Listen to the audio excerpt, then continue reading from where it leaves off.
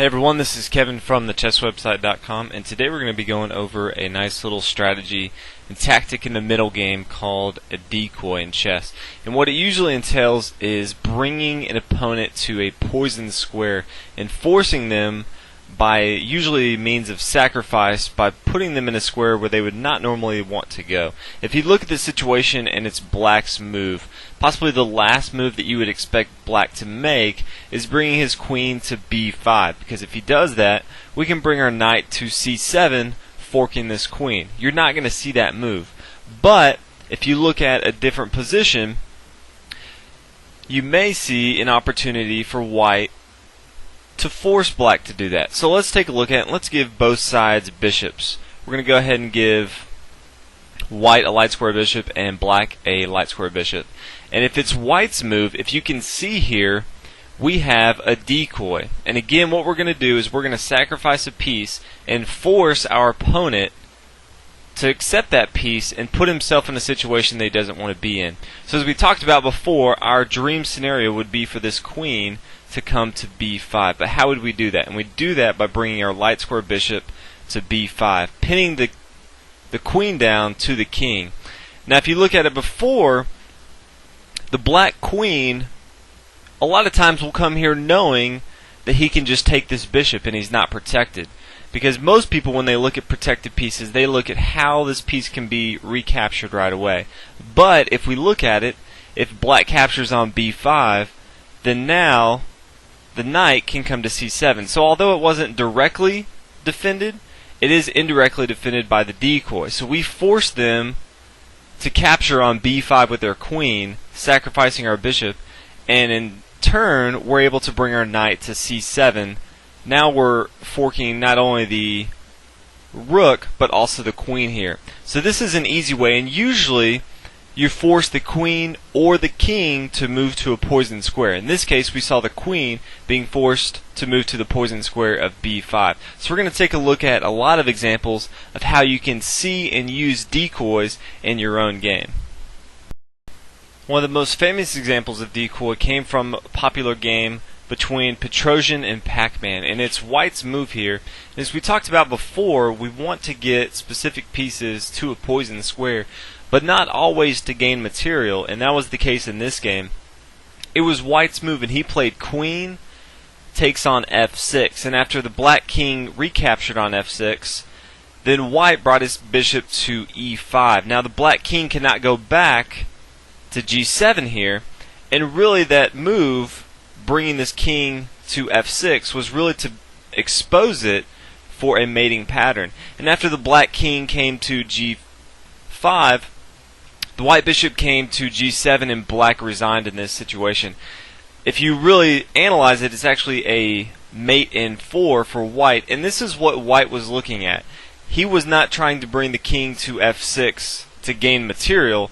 Quite the opposite. He was giving up material, but he knew that if he brought the king out and exposed him, then in turn he would have a mating pattern. So you always want to be looking for these things. Sometimes you may be bringing a queen or a king to a poisoned square to gain material, like we saw in the last example, or sometimes you want to bring the king into the center of the game so you can attack it and win the game. So always be looking for both scenarios if you're trying to gain material or just win the game.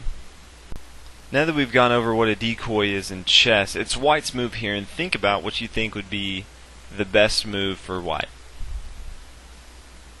And hopefully you came up with bishop takes on f7. As you can see here from this position, the only piece that is defending this queen on d8 is the king.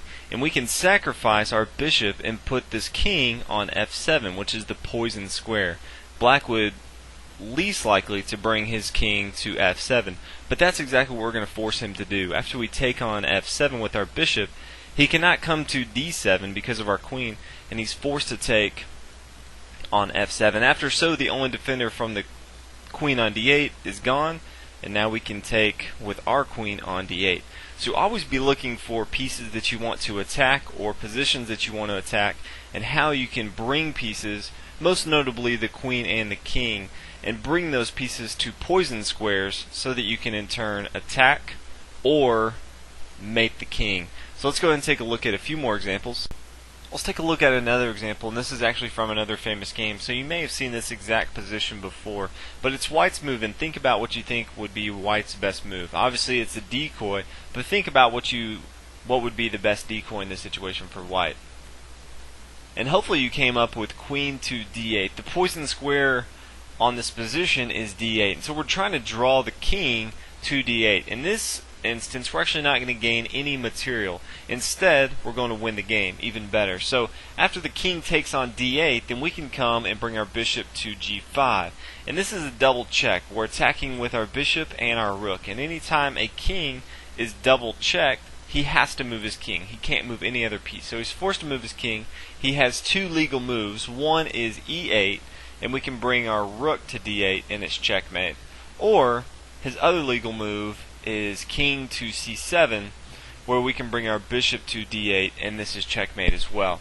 So from this position early on, as you can see, we're going to give up an entire queen just so that we can get the king to the poison square of d8. So sometimes you give up a whole lot of material just to bring a king or a queen. Most notably, if you're giving up an entire queen, you're trying to bring the king to a position, but you're really trying to bring different pieces to specific squares called poison squares so that you can gain material or have a better chance for a win. So let's go ahead and take a look at one more example for decoy so we can really drive home the point of what it is and how to look. Let's take a look at our last example of decoy, and it's white's move. So take a minute. It's a little trickier than the ones we've seen before, but it's white's move, and think about what would be white's best move in this position. And hopefully you came up with rook to d8, a very creative decoy move. As you can see here, the rook can't recapture on d8.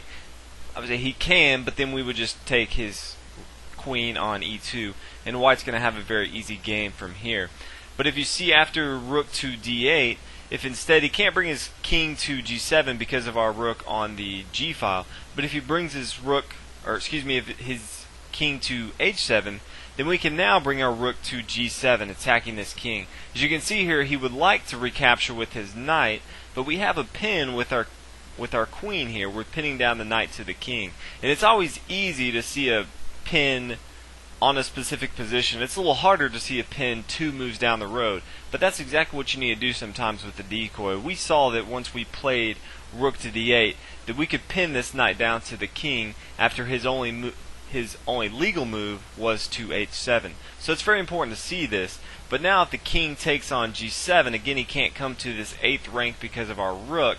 If he doesn't take this rook, he's going to be pretty much in the same trouble he is if he takes it. He's going to be mated.